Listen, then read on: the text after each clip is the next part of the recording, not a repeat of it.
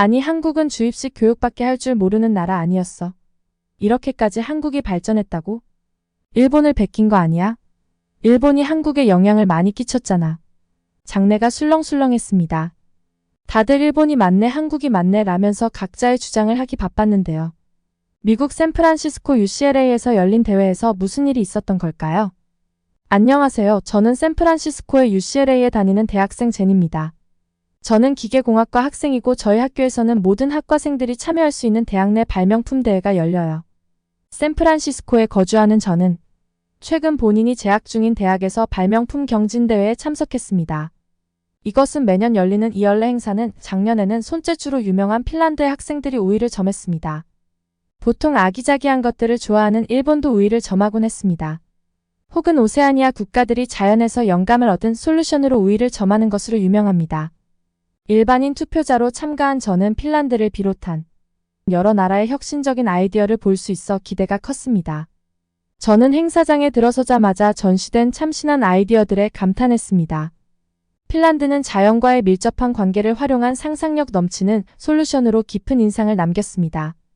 단순히 실용성만 생각한 것이 아니라 자연주의를 활용하여 지속 가능한 발명품들을 잘 만들곤 했습니다. 역시 이번에도 나무나 재활용이 가능한 재료들을 이용하여 정수 시스템을 만들어 왔습니다. 북유럽은 어렸을 때부터 창의력을 기를 수 있는 교육을 많이 진행합니다. 핀란드는 세계학업성 주도 평가에서 항상 1위를 할 정도로 수학이나 과학 분야에서 우수한 학생들도 많거든요. 어렸을 때부터 자기 평가에 가장 혹독하기 때문입니다. 핀란드 학생들은 항상 필기시험보다도 레포트 제출을 통해 자신의 아이디어나 생각을 주장하는 데에 어려움이 없어 창의력을 기르는 데 아주 익숙한 교육 방식을 가지고 있습니다. 특히 등수에 가장 연연하지 않는 게 핀란드 학생들의 특징입니다. 이는 이후 미국으로 유학을 오는 핀란드 학생들에게도 잘 보이는 모습으로 그들은 학문을 즐기는 모습을 잘 보이거든요. 반면 한국, 일본, 중국과 같은 동아시아 국가들은 상상력이 부족한 아이디어로 어려움을 겪는 경우가 많았습니다. 아무래도 동아시아의 경우 순위를 매기는 것과 경쟁 구도에 익숙해져 있기 때문에 창의력을 펼치는 대회에서는 어려움을 보이기도 합니다. 특히 한국 학생들의 경우 완벽주의도 있어서 아이디어가 막혔을 때 더 괴로움을 느끼기도 합니다. 저는 그래서 오늘도 핀란드 학생들에 대한 기대감이 컸어요. 물론 이게 나중에 참가자 투표를 하는 데 영향을 주지는 않았지만요. 중국은 자랑스럽게 프리젠테이션을 했습니다. 그들은 매우 자랑스럽게 PT를 했지만 오직 중국에서만 쓰일 것 같은 발명품의 실용성 점수를 몹시 낮게 받았습니다. 심사를 진행하던 교수님들도 도대체 이 발명품이 도대체 어디에 쓰이는 건지 공감할 수 없는 표정을 지었습니다. 중국 학생들은 중국에서는 언제나 쓰일 수 있다고 주장했지만 심사위원뿐만 아니라 대회장에 있는 사람들의 투표도 얻을 수 없었습니다. 저는 역시 중국인답다고 생각했어요. 자국민을 위한 발명품을 만들 뿐더러 자기네끼리만 이해하는 어떤 네트워크가 항상 있거든요. 물론 그 와중에도 중국인들은 중국인들에게만 투표하기는 했지만요. 중국인을 뺀 모든 사람들은 중국의 탈락을 예상했습니다. 대회는 한국팀으로 이어졌고 한국팀은 심사위원들을 놀라게 했습니다. 한국팀의 아이디어는 한국 고유의 강점인 조화를 강조했습니다.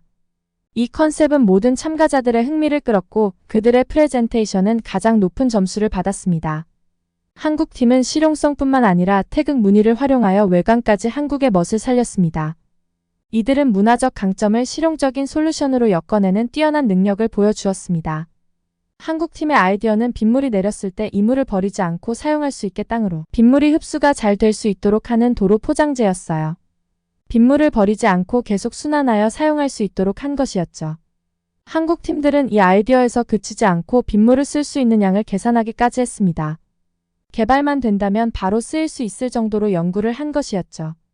발표가 시작되자 장내는 경이로움에 휩싸였습니다.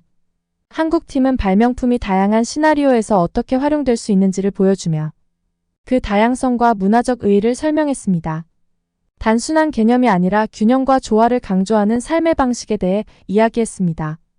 한국의 아이디어가 돋보였던 이유는 단순하면서도 다른 나라에 적용할 수 있다는 점이었습니다. 심사위원들은 깊은 감명을 받았고 한국은 청중들로부터 아낌없는 찬사와 지지를 받았습니다. 저는 한국팀의 혁신성뿐만 아니라 성실함과 겸손함에도 감탄했습니다. 다른 사람의 아이디어를 탐내지 않고 문화적 자긍심도 뚜렷했습니다.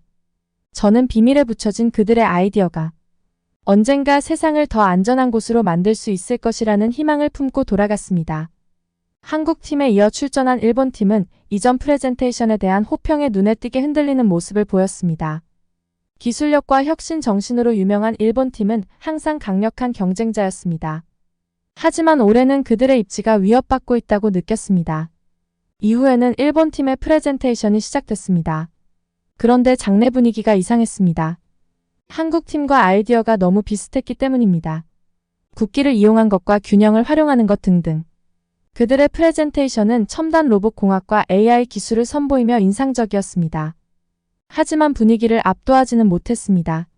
한국팀의 프레젠테이션의 충격에서 아직 벗어나지 못한 청중들은 일본의 발명품이 문화적 통합의 깊이가 부족하다고 느꼈습니다.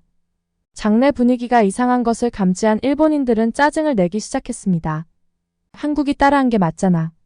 한국은 일본을 부러워하니까 한국팀의 아이디어의 혁신성과 단순함에 압도당했다고 느낀 일본팀은 지적 도용이라고 비난했습니다. 빗물을 기술에 활용한다는 개념은 자신들이 이미 연구해왔던 것으로 한국팀이 자신들의 아이디어를 베꼈다고 주장했습니다. 발표가 진행되는 도중에 일본팀의 한 멤버가 답답함을 참지 못하고 장내에 파문을 일으킬 만한 발언을 했습니다. 한국은 언제부터인가 일본의 모든 것을 베끼고 있습니다. 이번 대회에서만 그러는 게 아니야. 한국은 일본의 음식, 가수, 문화 모든 것들을 다 베끼고 있잖아. 이건 전 세계인들이 다 아는 건데 한국인들만 몰라. 분명 인터넷에 찾아보면 이미 있었던 것들을 가지고 왔을걸? 왜냐면 한국 애들은 외우고 써내는 것에만 익숙하니까. 대회 분위기는 긴장감이 감돌았습니다. 이러한 비난은 심각한 문제이며 대회의 정신을 훼손하는 발언이니까요. 심사위원들은 심각한 표정을 지으면서 그만하라고 말렸습니다. 한국팀은 정말로 화가 나 보였어요. 그럴 만한 게 자신들의 아이디어를 무시했을 뿐만 아니라 한국이라는 나라 자체를 무시하고 있었으니까요. 한국팀의 개발 과정, 연구 과정, 아이디어의 발전 과정을 검토했습니다. 두 팀 모두와 토론을 하고 각자의 문서를 검토하는 등 세심한 과정을 거쳤습니다. 일본인들의 눈빛이 아주 확고해서 한국인들이 진짜 거짓말을 치는 거 아니야? 라는 다른 투표자들도 있었습니다. 저는 결과보다도 이런 상황은 처음 봐서 장내의 분위기를 얼어붙게 만든 일본인들이 조금 미웠어요. 설령 정말로 베낀 거였다면 심사 과정에서 다 밝혀질 텐데 이렇게까지 해야 하나 싶어서 말이에요. 마지막 심사 전에 마지막 프리젠테이션이 있었는데 한국팀의 말이 인상적이었습니다. 저희는 저희의 독자적인 아이디어로 이 발명품 개발을 했습니다. 과거 한국은 외우는 것만 잘하는 나라라고 했지만 이제는 더 많은 학생들이 더 좋은 아이디어로 나라의 발전에 기여하고 있습니다. 저희를 끌어내리려고 하는 일본의 태도는 아주 비겁하다고 생각합니다. 물론 저희도 일본을 비난할 수 있습니다. 하지만 국제사회 시민으로서 그건 잘못된 태도이기 때문에 하지 않겠습니다. 저희는 일본과는 다르게 정정당당하게 저희의 자주적인 발명품으로만 승부하겠습니다. 한국팀의 단호한 태도가 아주 돋보이는 말이었습니다. 일본팀은 한국팀을 째려보고는 있었지만 이미 한번 제재를 당한 상태였기 때문에 별다른 말은 하지 못했어요. 일본팀은 실망했고 씩씩댔지만 타인을 많이 의식해서 그런지 더 화를 내지는 못했습니다. 아마 더 화내기에는 이미 장내의 분위기가 한국팀으로 넘어간 탓이겠죠. 저는 부끄럽지도 않나라는 생각을 했어요. 대회의 진정성과 한국팀 작품의 진정성을 지켜야 했습니다. 영감과 모방 사이의 미묘한 균형, 그리고 혁신에 있어 문화 존중의 중요성을 강조하는 순간이었습니다. 한국팀이 우승팀으로 발표되자 장내는 박수갈채로 가득 찼습니다. 이들의 우승은 단순히 발명품에 대한 승리일 뿐만 아니라 그들의 성실성과 아이디어의 깊은 문화적 뿌리를 증명하는 것이기도 했습니다. 수상자들은 겸손한 미소와 함께 자부심과 기쁨으로 빛나는 눈빛으로 상을 받았습니다. 이들의 우승은 단순한 혁신의 승리가 아니라 글로벌 커뮤니티에서 문화적 존중과 성실성의 승리였습니다. 전통적 개념과 현대 기술을 존중하고 진정성 있는 방식으로 결합한 한국팀의 접근 방식은 대회에서 새로운 기준을 세웠습니다. 시상대에 선 한국팀은 승리에 대한 감격보다는 자신들의 발명이 세상에 긍정적인 기여를 할 수 있다는 희망에 대해 이야기했습니다. 그들의 겸손과 진심은 그 자리에 있던 모든 이들에게 감동을 주었습니다. 순수하고 순수한 기쁨의 순간이자 문화를 하나로 모으는 혁신의 힘을 축하하는 자리였습니다. 한국팀의 우승이 하이라이트였지만 모든 팀이 독특하고 가치 있는 무언가를 가져왔습니다. 북유럽 팀의 자연과 조화로운 디자인부터 일본 팀의 정교한 기술까지 각 팀의 출품작은 각 문화권이 혁신에 접근하는 다양한 방식을 보여줬습니다. 하지만 무엇보다도 가장 돋보였던 것은 대회 정신이었습니다. 도전과 논란에도 불구하고 참가자들 사이에는 동지애와 상호 존중의 마음이 있었습니다. 혁신의 세계에서는 서로에게서 배울 것이 많으며 문화적 차이는 장애물이 아니라 영감의 원천이라는 사실을 상기시켜 주었습니다. 그날 대학을 떠나면서 저는 영감과 희망을 느꼈습니다.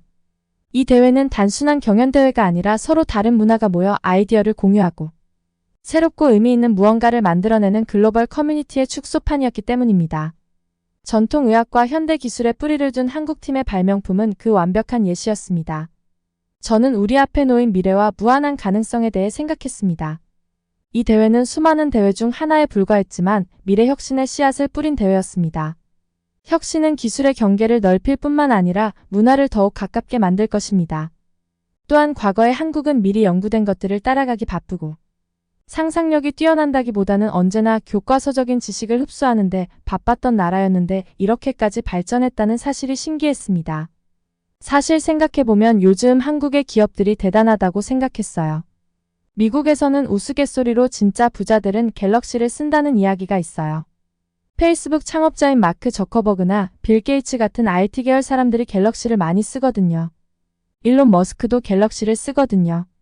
아무래도 인터넷이나 새로운 기기를 사용하는데 익숙한 사람들이 갤럭시 스마트폰을 이용하는 데 익숙한 거겠죠. 갤럭시는 통화 녹음도 가능해서 사업하는 사람들이 녹음을 해야 하는 경우도 작고 스마트폰으로서 쓸 수 있는 것들이 너무 많으니까요. 특히 스마트폰을 접는다는 생각은 계속 핸드폰 사이즈가 커져서 사람들이 부담을 느끼지만 화면은 크게 보고 싶은 사람들의 심리를 아주 잘 저격한 상품이라고 생각해요. 실용성을 많이 생각한 거죠. 갑자기 생각해보니까 캠퍼스 내 대부분의 TV들이 LG인 것도 기억이 났어요. 호텔이나 여행을 가도 TV는 LG였던 것 같네요. 제가 모르는 사이에 한국이 이미 미국뿐만 아니라 세계 산업의 큰 부분을 차지하고 있었다는 이야기겠죠. 대학교 말고 저희 집 본가에도 LG TV가 있는데 생각해보니까 얘는 망가지질 않아요. 더 큰 사이즈로 바꾸고 싶은데 망가지질 않아서 지금 몇 년째 이 TV를 쓰고 있는지 모르겠어요. 처음에 중국산이 싸서 고민을 많이 했었는데 그때 중국산으로 샀으면 돈만 날렸겠네요. 근데 진짜 LG 제품은 언제 망가지죠? 최근 실리콘밸리에는 전기차 붐이 일고 있는데 전기차 붐에 기여한 것도 현대예요. 아우디나 혼다, 닛산 같은 일본 차들의 점유율은 최근 감소하고 있고 현대가 계속 시장을 잡아먹고 있거든요. 실제로 샌프란시스코의 거리에 나가보면 한국 전기차들을 쉽게 볼 수 있어요. 한국인들의 발명품이 점점 전 세계 시장의 파이를 잡아먹고 있다는 얘기인 거죠. 지금까지 제가 북유럽 학생들에게만 기대를 했었던 것이 무색할 정도로 한국 친구들이 잘해주었고 다음 대회에서부터는 한국 학생들한테도 큰 기대를 하게 될 것 같아요. 저도 나중에 한국 학생들과 같은 기업에서 일을 하게 될지도 모른다고 생각했어요. 저도 한국에 밀리지 않도록 열심히 공부해야겠어요. 한국은 미국에게 좋은 동료가 되어줄 거예요. 그 전에 한국 친구들이 공부를 도와줄 수도 있으니까 더 친하게 지내야겠어요. 한국이 어떤 발전으로 샌프란시스코의 실리콘밸리에서 어떤 모습을 보일지가 벌써 궁금해지네요. 이제는 다른 나라를 쫓아오는 한국이 아니라 세계 시장의 흐름을 주도한다는 것을 보여준 대회였으니까요. 오늘 사연은 여기까지입니다. 오늘 사연 즐거우셨다면 구독과 좋아요, 알림 설정 부탁드려요. 다음에 또 만나요.